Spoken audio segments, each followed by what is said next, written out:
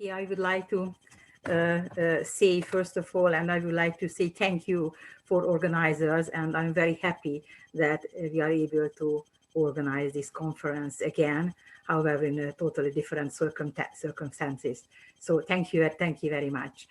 András mentioned in his opening speech that COVID or coronavirus is one of the most important and one of the most important security issues, global security issues. And I'm totally agree with him. And that's why I decided to deal with coronavirus, but not from the point of view of global point of view, but from the point of view of one country, Croatia. And the question is, of course, why Croatia is in my focus. First of all, I'm really interested in issues of Croatia, but not just because this is my intention, but there was very important in my decision that Croatia effects or COVID affected Croatia is very deeply, and the Croatia and the infection reached the country is really very early. At the end of February, the first case was reported in 25th of February. And also we can see that Croatia could be an example of those countries which are really try to do their best, but which are not really able to solve the problems. Why? I'm try to show in my presentation the main reasons, but as Croatia is not really strong enough country, not really strong enough its economy, its social issues, its unemployment as well. So that's why, however, government introduced lots of measures, the country is not able to solve the problems. And as you can see in the maps, which shows 14 days COVID-19 case notification in the European Union in weeks 48 and 49. So it means at the end of November and at the beginning of December. And according to this, you can see that Croatia is in a penalty timer of place, which means in the 26th place in the ranking of the countries of the European Union affected by coronavirus. The country is in the highest category regardless the positive test rates and the incidence of cases. According to this chart, only in Luxembourg is the situation even more drastic, as in Croatia, in every third test certificates a positive result, and concerning to the COVID crisis. In the chart, you can see that dark brown, as you can see, dark brown means the cases above 960 during this 2 weeks period. As you can see, the whole Croatia belongs to this category. So this could be the reason, one of the reasons why I'm dealing with Croatia in my presentation. It's no matter from which kind of point of view we try to investigate Croatian case and evaluation of the cases of coronavirus pandemic. As you can see, all the charts show the same total cases, daily new cases, active cases, and total disease shows the same one. So the number of the cases is increasing very sharp during the not in the springtime, but during the autumn time as well. In the country, there are lots of territorial differences can be seen in this chart. The most infected areas, the most infected countries are city Zagreb and Zagreb County as well. Not accidentally the capital city and its surrounding. Secondly, we can distinguish three other counties. First of all, Osijek-Baranyak County in Slavonia. And in the coastal area, you can see Primorsko-Goranska and Dubrovnik-Neretva county. However, we tell you the truth that the high number of infected people is due to, in these three countries, due to the three biggest cities due to the three biggest cities in Croatia can be found in these countries. I mean, Rijeka, Split, and Osijek. So the number of the cases is so high because of these three big cities. While virus seems to spread almost unchecked in the Western countries and the border countries, Austria and Hungary. And we can say that in the interior territory of the country and the coastal areas remain well below the Croatian average concerning to the virus cases. In this picture, you can find that Croatia government introduced lots of restrictions, and you can see the picture that empty streets are decorated for Christmas. So before Christmas, if you visited Croatia, visited Zagreb, and the main square, it is always full of people, but unfortunately not now. In my presentation, after this very quick introducing of the cases of the pandemic, I divided my presentation into two parts. First of all, I would like to give a very quick view about Croatia before the crisis and give the main reasons why Croatia is not able to really solve the problems. So before the crisis, so everybody knows that Croatia is a brand new member of the European Union since 2013. However, the Croatian economy was able to return to the growth just in 2015. So since 2008, country really had experienced the 6 consecutive years of economic recession. So it was very long time. And the reason almost the same as the reason why the country is not able to solve the problems of the coronavirus. So during this years, GDP fall really very sharply by 12 degrees. However, after this recession, the economy accelerated and started, the growth started, and it accelerated to 2.9% in last year. And this increase was mainly driven firstly by domestic demand, and secondly the public investment supported by European financial legacies as well, rising wages and low inflation. So these are the most important elements which were able to support the economy. So economy did well between 2015 and 2020, but on the surface. Why on the surface? Because the structural problems of the economy still remained, because the most important economic sector is a service one, as everybody knows that the coronavirus hit service part of the economy. Also we have to mention, so the balance is not really done because it represents 30% of the country's GDP. So the service one, travel and tourism, which is a part of the service part of the economy, is a primary economic income of the country.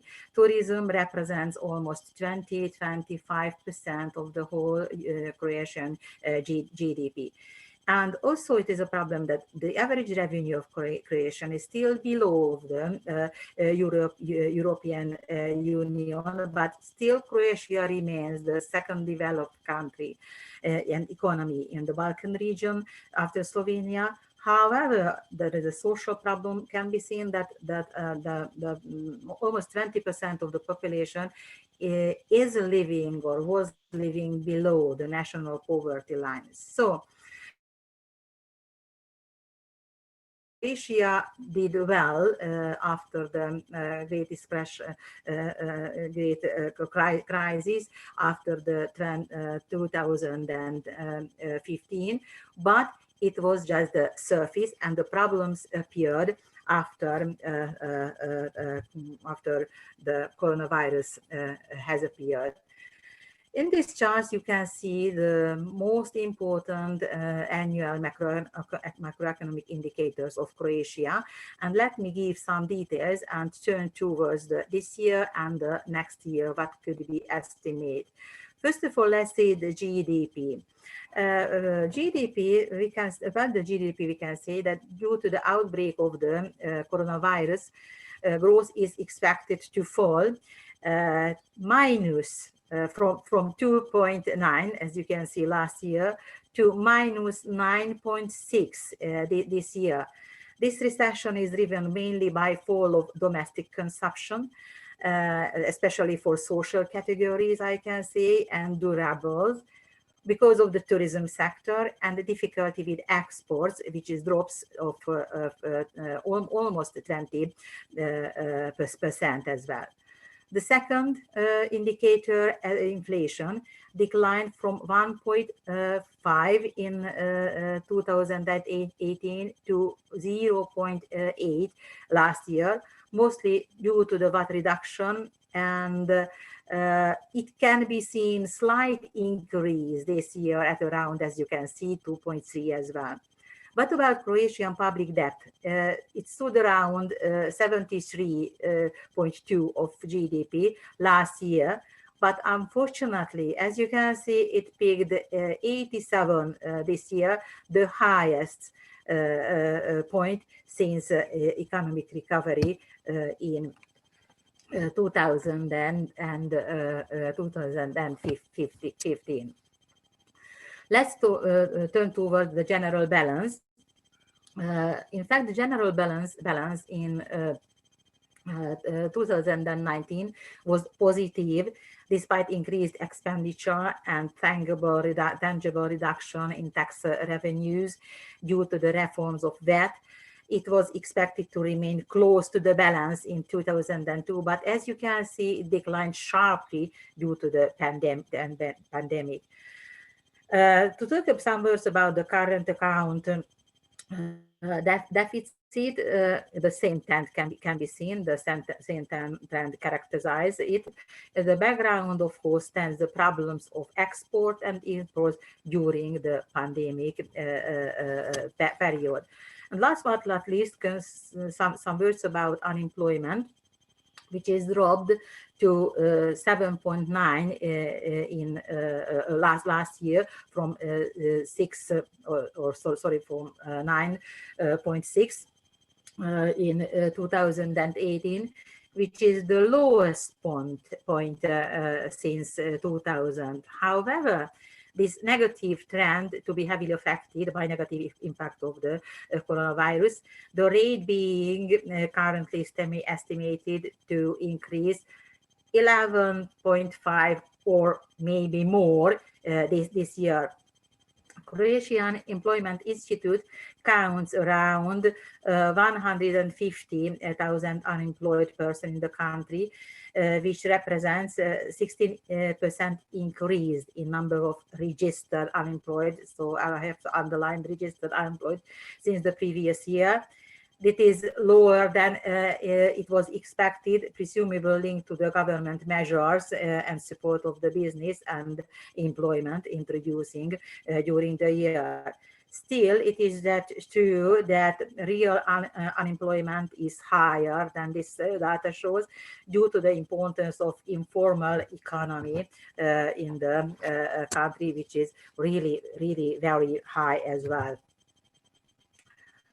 So I would like to just quick show one of the categories. As I mentioned to you, that tourism is really very important in Croatia, Croatia's economy. Croatia is really highly dependent on the tourism sector, which is among the most severely affected by the pandemic. Which provides around, as I mentioned previously, around 20 or 25% of the GDP. As you can see in the chart, the first 9 months of the year close to 7.4 million tourists visited Croatia, which is the drop of almost 60 or a little bit more than 60% compared the same period of the last year. And there were 52.4 million overnight stays in that period, which is almost the drop of 60% concerning the previous year. What about the crisis response measure?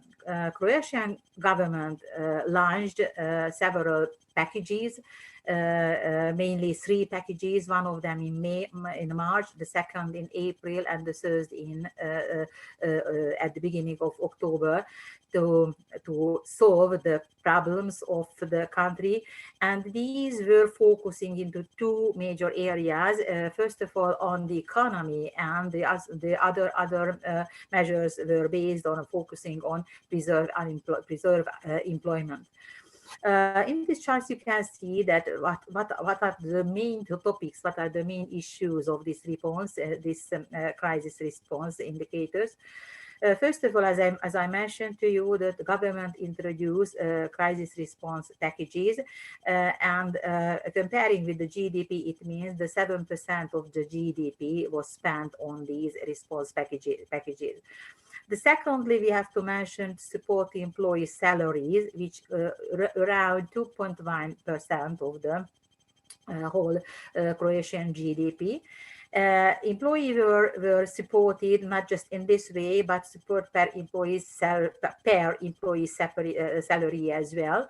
Of course, we don't know it went up to the 530 euros, but of course, it amount depends on the persons who are were introducing this employee salary as well. Banking, we have to talk about banking sector liquidity injection as well, which means around 2.6% of the whole GDP. And payment holidays for taxes. First, it was introduced in April, but it was in April for 3 months, and it was extended by other 3 months as well.